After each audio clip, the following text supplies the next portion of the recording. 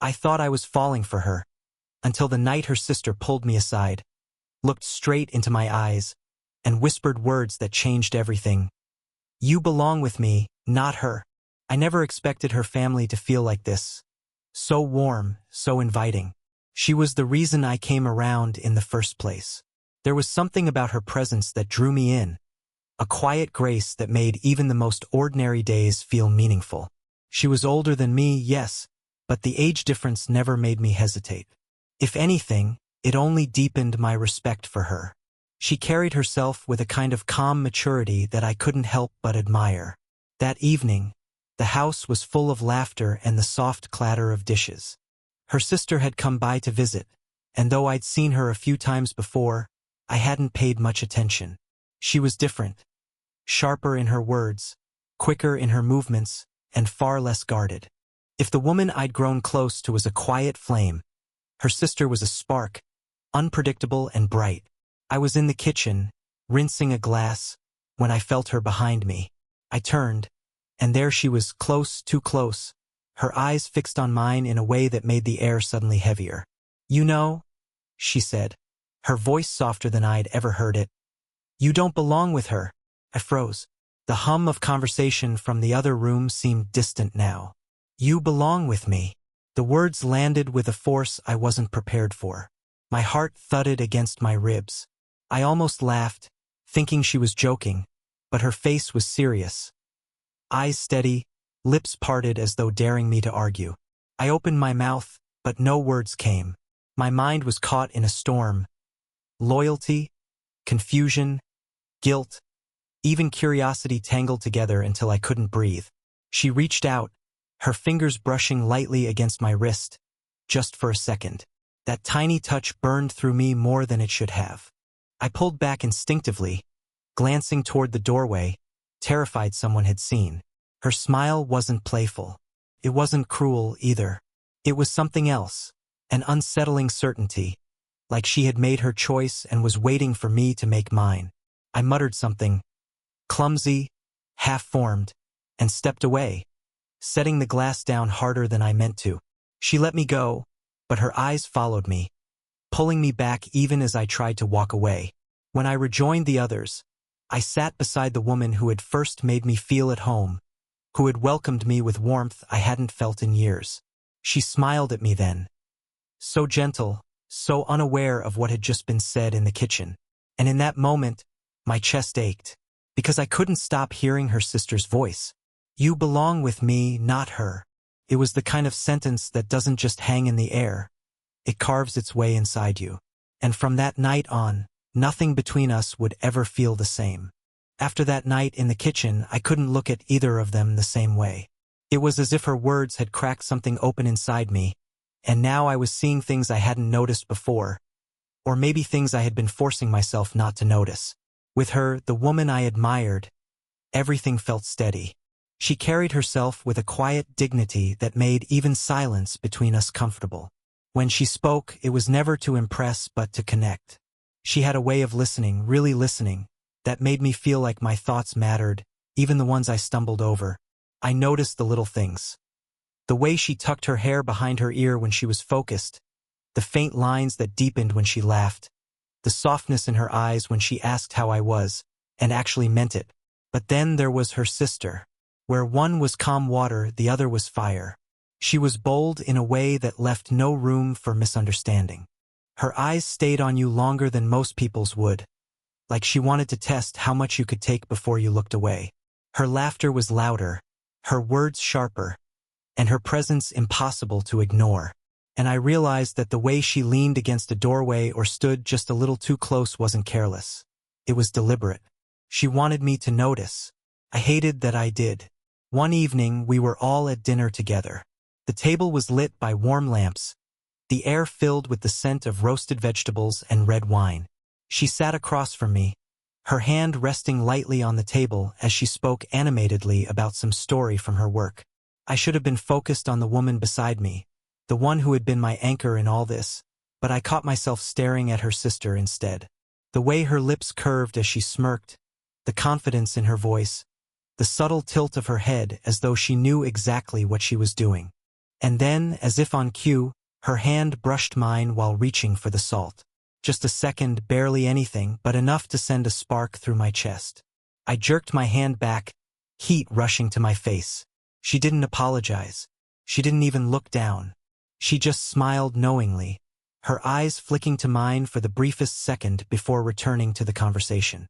Meanwhile, the woman beside me leaned in, softly resting her hand on my arm as she asked if I wanted more wine.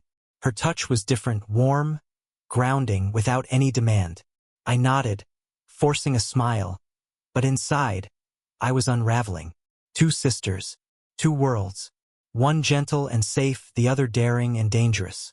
And me, stuck between them, caught in the weight of unspoken desires and unasked questions. That night, as I lay awake replaying every glance, every brush of skin, I realized something terrifying. I wasn't just imagining this tension.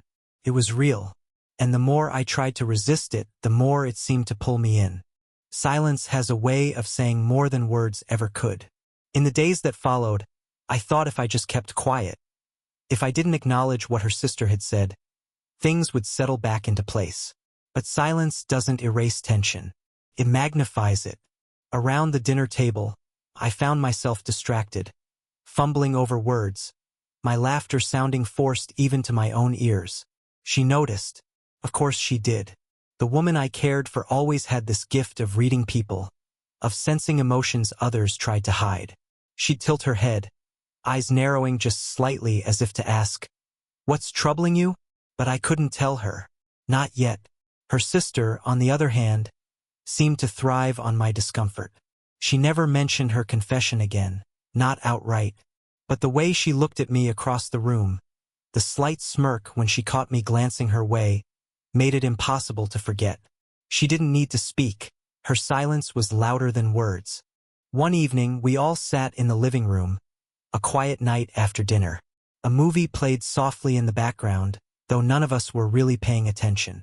I sat on the couch beside her, close enough that our shoulders touched. It should have been comforting. It usually was. But my chest was tight, my mind caught between the warmth of her presence and the burning awareness of her sister on the other side of the room. Every small sound seemed amplified. The clink of her sister's wine glass, the shuffle of her feet as she crossed her legs, the faint sigh she let out as if she knew I was listening. My hand twitched against my knee, restless. Beside me, she reached over gently, laying her hand on mine. It was such a simple gesture, one she'd done a dozen times before. Yet in that moment, it felt like a plea, an anchor holding me steady. Her hand was warm, her thumb brushing lightly across my skin. My throat tightened. I wanted to squeeze her hand back, to reassure her, to remind myself that she, was where I belonged. But across the room, her sister's gaze lingered. When I finally dared to meet her eyes, she didn't look away. There was no shame in her expression, no apology. Just quiet defiance, as though she was daring me to admit what we both already felt. That her words in the kitchen had planted a seed, and it was growing, no matter how hard I tried to ignore it.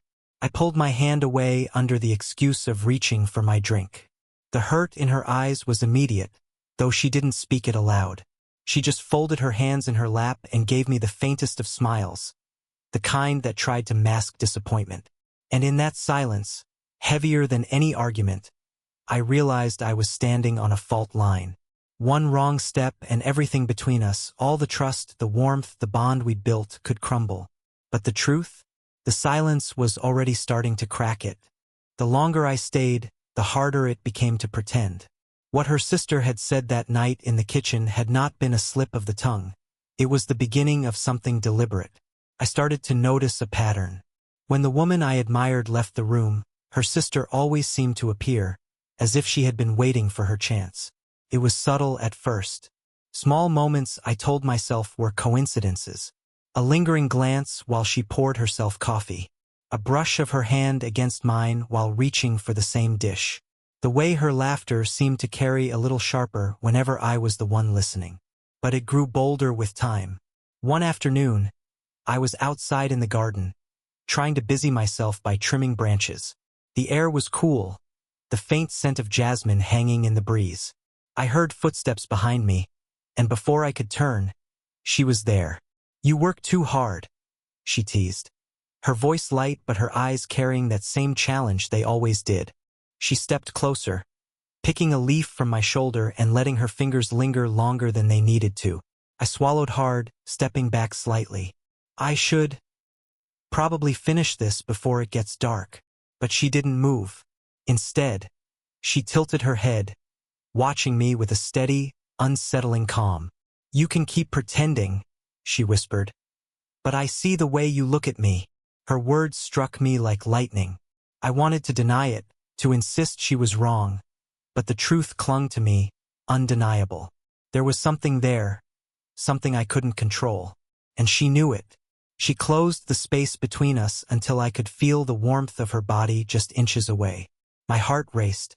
Every instinct told me to step back, to walk away, but my feet wouldn't move.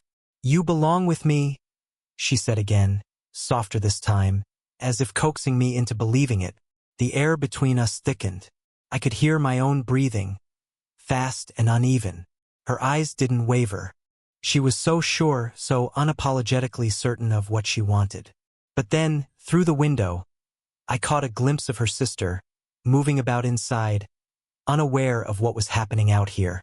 And the sight of her, gentle and trusting, snapped me back. I stepped back quickly, my voice rougher than I meant. "Stop!" For the first time, she faltered. Her smile dimmed, her expression shifting into something unreadable. She didn't argue, didn't push further. She just studied me, as though memorizing the conflict on my face. Then she turned and walked away, leaving the faint scent of her perfume behind like a ghost. I stood frozen, branches forgotten in my hands, my chest heavy with guilt and confusion. Because no matter how much I wanted to erase that moment, the truth was undeniable. Part of me hadn't wanted her to stop. The tension had been building for days, maybe weeks, and I could feel it in every step I took around that house. No matter how hard I tried to act normal, to carry on conversations, to laugh at the right moments, I was failing. My heart wasn't steady anymore. It was divided. She noticed. Of course she did. She always noticed. One evening after dinner, we sat together in the living room. The lights were dim, the warmth of the fireplace flickering across her face. I should have been at peace in that moment. She was beside me, close enough that her shoulder brushed mine. Her presence calm and steady like it had always been. But instead of comfort, I felt the weight of guilt pressing down on me, a heaviness that made it hard to breathe.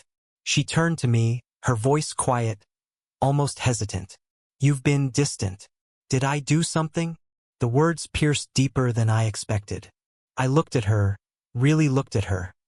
The lines of worry at the corners of her eyes, the softness of her mouth as she waited for my answer. She wasn't accusing me. She wasn't angry. She was vulnerable. And that vulnerability cut me open. I shook my head quickly. "No, you haven't done anything. It's me." Her hand reached for mine, fingers curling gently around my palm. The warmth of her touch grounded me, but it also made my chest ache. "Then what is it?" she asked softly. "Talk to me." I wanted to. I wanted to tell her everything. That her sister's words haunted me. That her sister's touch burned against my skin like a secret I couldn't wash away. But how could I? How could I look into those trusting eyes and admit that betrayal had already brushed too close? Instead, I squeezed her hand and whispered, "I don't want to lose this." My voice cracked. It was the closest I could come to the truth without shattering her heart. Her eyes softened, and for a moment, she leaned in, resting her head lightly against my shoulder. "You won't," she murmured, as if she believed it, as if saying it aloud could make it true. But I felt unworthy of her trust.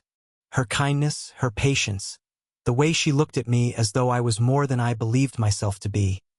It only made the guilt sharper, because while her hand rested so tenderly in mine, I could still feel the ghost of her sister's touch lingering on my wrist, whispering the memory of temptation. That night, after she fell asleep beside me on the couch, I sat awake, staring into the dying fire. My heart was a storm caught between two hands. one holding me with quiet, selfless love, and the other pulling at me with dangerous certainty. And I knew sooner or later I would have to choose. It happened on a night that felt too quiet, as if the house itself knew something was about to break. The air was heavy, the kind that clings to your skin and makes every breath sharp. I had been carrying the secret too long, trying to balance between honesty and silence, but the silence had already done its damage. I was in the kitchen again when it began. How fitting that the place where this all started would be where it came to a head. She walked in first, the woman who had always been my calm, my anchor. She looked tired, her eyes shadowed not by lack of sleep but by something deeper, doubt. Before I could speak, her sister entered behind her, arms crossed, posture sharp, like she had been waiting for this very moment. The room shrank. "You think I don't see it?" the gentle one whispered, her voice trembling. "The distance, the hesitation. You don't even look at me the same anymore." My chest tightened. "It's not what you think." But her sister cut me off. "No, it's exactly what she thinks." Her tone was edged with fire, but her eyes never left mine. "You can't keep pretending, not to her and not to me." The silence that followed was unbearable. The woman I cared for turned to her sister, confusion and hurt flickering across her face. "What are you saying?" Her sister stepped forward, her voice low, deliberate. "I told him the truth, that he belongs with me, not you. And he knows it." The words landed like a blade. I saw the hurt bloom in her eyes, raw and unguarded. She looked at me then, searching for denial, for reassurance, for anything that would tell her this wasn't real. I swallowed hard, every nerve in my body screaming. This was the moment, the line I couldn't avoid crossing. Her sister's voice softened, almost pleading now. "You feel it too. Don't lie." And I hated that she was right, hated that part of me couldn't deny the spark she had ignited.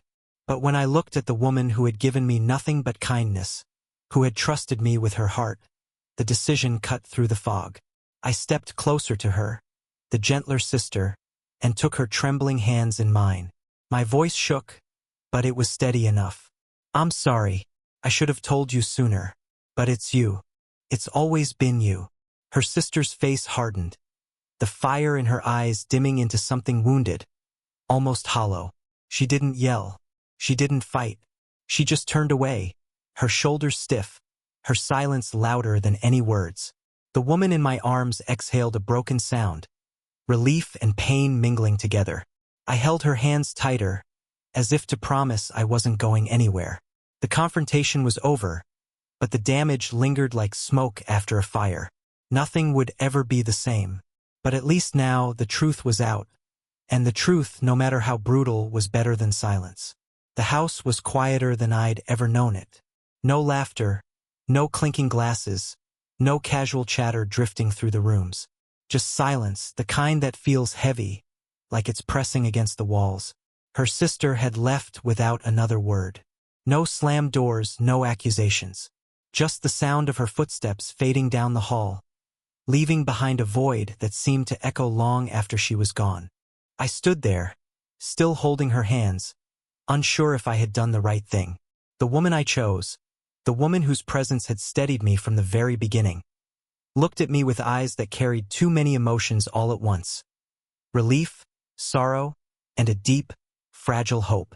We moved to the living room, almost wordless, as though we both needed the comfort of sitting down after so much had been said.